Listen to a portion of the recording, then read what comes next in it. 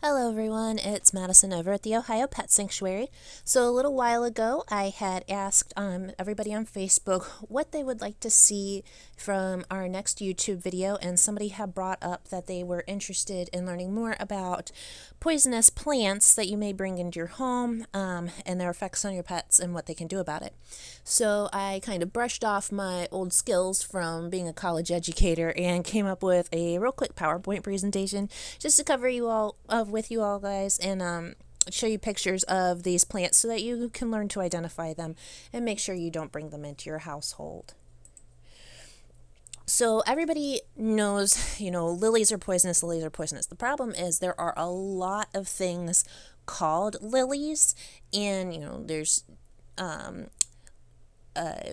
pond lilies and Lilium genus lilies, stargazer lilies and peace lilies, and there's just a whole lot of things called a lily. So I just kind of went with some of the more common ones that you're going to see. Lilies from the Lilium genus in particular. These are typically the ones that you see, especially in florists and Kroger floral department and things like that. They're usually fairly easy to identify. They have long stamens in the center of them. The problem with lilies from the Lilium genus is that every single part of this is poisonous, including the pollen that's coming from those stamen. So if you get a cat that maybe doesn't necessarily chew on plants, but brushes up and gets enough of this pollen on their fur and then grooms themselves, it is a potentially fatal kidney disease. And they could die from it in less than 3 days. Initial symptoms, you might see drooling, vomiting, a lack of activity, maybe a loss of appetite, and a lot of these are associated with the kidney damage more so than the exposure to the lily itself.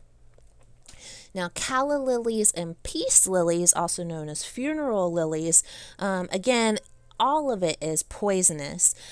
When they are chewed on, they contain these crystals that will irritate the mouth and the throat and things like that. So you're going to see a lot of symptoms that are associated with that. So you're going to see pawing at the face, drooling. They might be vocalizing because of the discomfort. The swelling in their mouth and throat may cause them difficulty breathing. If it's a minimal exposure, a lot of times these symptoms will go away on their own. But unfortunately, if they have chewed on enough of it, the respiratory problem may require a veterinarian to intervene.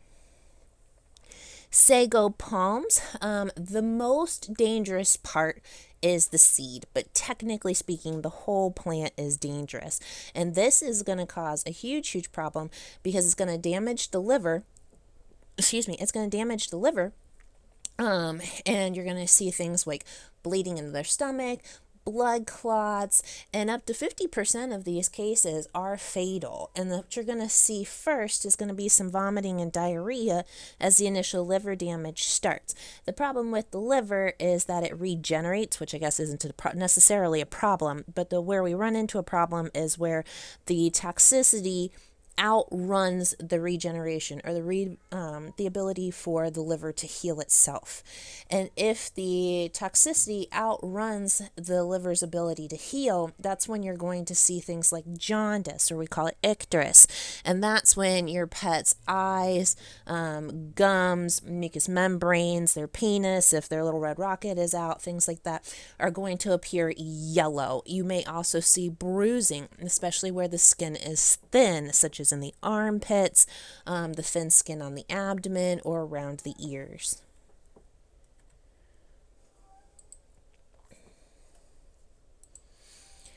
Tulips, hyacinths, irises, all those beautiful bulb plants that we like so much in the spring around Easter.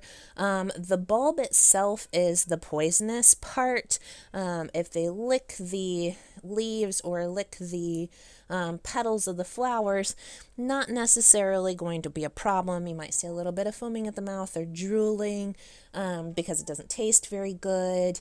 But if they chew on the bulb, especially dogs who like to dig up in flower beds, Then you're going to see things like GI problems, vomiting, diarrhea, difficulty or different appetite.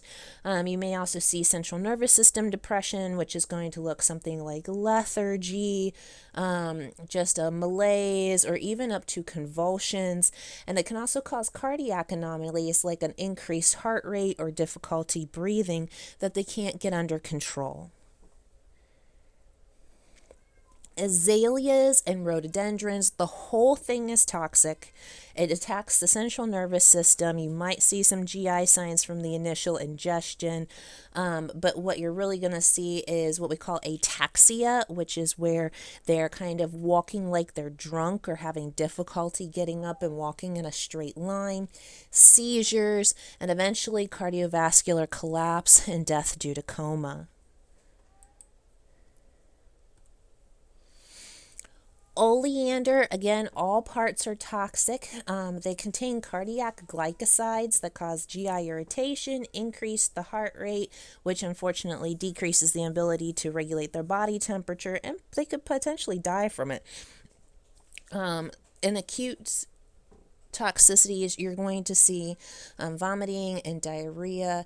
As it progresses, you're going to see depression, seizures, tremors, and the vet will probably note an abnormal heart rate or an abnormal cardiac rhythm. Cyclamen, all parts again are toxic, but the root has the highest concentration of the poison, and little bits of it, maybe some vomiting and diarrhea, really not that big of a deal. But if they ingest enough, that's when we're going to see things like an abnormal heart rhythm, seizures, and potentially death from it. Kalanchoe is, with these in particular, the flowers are the poisonous part, not so much the stems or the root. It can cause cardiac dysfunction and definitely GI irritation like vomiting and diarrhea.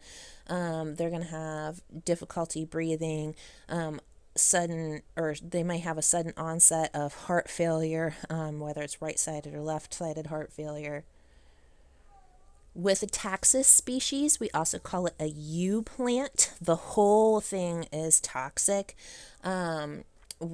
particularly the leaves, the bark. And then yew plants have this little red berry, this little red fruit, and inside of that is the seed. And that's what most pets ingest because they like nibbling on that fruit. The problem is this can be lethal without any signs or any symptoms. If you do see signs or symptoms, it may be tremors, maybe seizures, difficulty breathing, but the vast majority of cases, there's nothing to note before it's too late for your pet. Amaryllis, the flowers and the stalk are a little bit poisonous, but again, it's that bulb. The bulb is the most dangerous, and you really have to be careful with those dogs that are digging in the yard or digging in the garden. In acute and little amounts, you're just going to see a little bit of vomiting and diarrhea, no big deal. But again, if they eat like a whole bulb, especially if we're talking a medium to small breed dog, we can be seeing as something as potentially fatal as tremors, seizures. They may completely go off their food, or lethargy. Autumn crocuses, which are also called naked lilies. Again, they have those long stamens in the middle. Again, all parts are poisonous, and it can cause GI problems, liver and kidney problems, respiratory failure, central nervous system disorders, or potentially even death with no signs or symptoms. The big issue with this is if you know you have something like this in your house and you know something has chewed on it, do not wait until you see signs or symptoms to seek medical treatment. It can actually be several days before the kidney damage or the liver damage signs start to appear, and at that point it may be too late for your pet, especially if we're talking about that icterus, that jaundice or yellow colored If you're lucky, you may see some diarrhea. They may just die from it without any signs or symptoms, depending on the species that ate it. You may see seizures, but the key is, if you know you have these plants on your property, you have seen that they have been chewed on, you need to have your pet to the vet. Do not wait. Chrysanthemums, again, the whole thing is poisonous. They contain something called pyrethrins, and some of you may be familiar with this term. Pyrethrins are a pesticide that is sold over the counter for horses, cows, and small pets. Hartz, Biospot, Zodiac, these are all brands of this pesticide that are marketed to your pets as flea prevention or tick prevention. The problem is these are poisons that that attack the central nervous system. And in veterinary medicine, we see a lot of cats in particular that come in where people have purchased these over-the-counter flea medications, put them on their pet, and now the pet is seizing, drooling, completely mentally impaired and incapable of controlling its urine or bowels, and they require hospitalization. Chrysanthemums are a natural source of this neurotoxin. So if your pet chews on these plants or on these neurotoxins and ingests these neurotoxins, you're going to see the same symptoms that you see with these flea and tick product toxicities. Now, some things that you might want to keep in mind. Always pre-plan for an emergency. What if somebody sends flowers to your house as a gift? What if you purchase, one of those packets of wildflowers that you put out in your garden, anything like that? There's always a possibility that you may accidentally bring one of these poisonous plants into your home. So some things you want to keep in mind are, one, always know where your nearest emergency veterinary clinic is and have a route planned to get there. Have their phone number on your refrigerator or next to, if you still have a landline phone, showing my age there for a minute, you can put it next to your phone. And always have a secondary backup or an alternative in case there's a possibility that you're not going to have time to get to that emergency facility. Where's the closest facility to your house? That's maybe a normal day practice that is open during that time. Or if it's on the weekend, do you have a vet clinic that's near you that's opened on the weekends? Maybe not necessarily your regular vet. Just assume if it has the word lily in its name or it grows from a bulb, it is probably poisonous.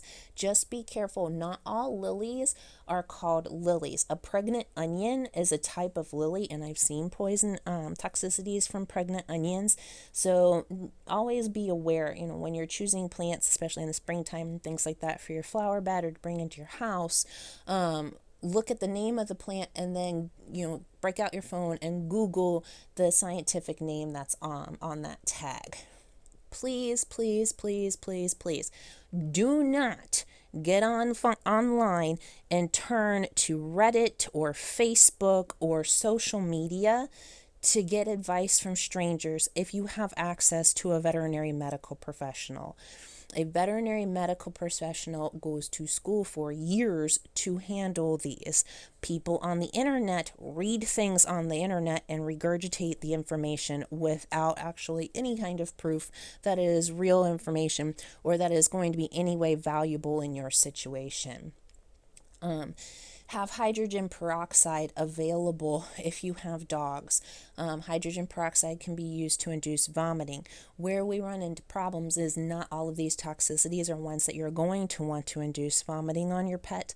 So you want to ask your veterinarian, should you do that before you do it? Don't wait for your signs or symptoms to happen before seeking help. Always, if you know your pet has been chewing on a plant that's in your house, you don't know if it's poisonous, call the vet, ask them, what should I do? Or if you know for a fact that that plant is poisonous, so you took your dog over to a friend's house, they had lilies and he chewed on one, then don't wait for your signs or symptoms, call the vet. Some helpful resources for everybody. The ASPCA's Poison Control Helpline is very valuable. The ASPCA also has a poisonous plant list available on their website. So if you don't necessarily know if the plant that your pet has chewed on is toxic, go online and you can go to their website and see if you can find the plant if you know the name of it. If you don't know the name of the plant, then it can be a little bit more tricky. You may have to take a picture of it and do a Google image search. The Pet Poison Helpline is also readily available. The FDA has potentially dangerous items for your pet directory that's available on their website. And then the AVMA has the household hazards list on their website as well. Here are some of the resources that I used for this presentation. You're more than welcome to have a look at them, get a little bit more information than I was able to provide, but I really hope this is helpful. I hope you all keep your pets safe, and if you have any questions, please feel free to reach out to us at mailbox@ohiopetsanctuary.com. Thank you, everyone, and have a good day.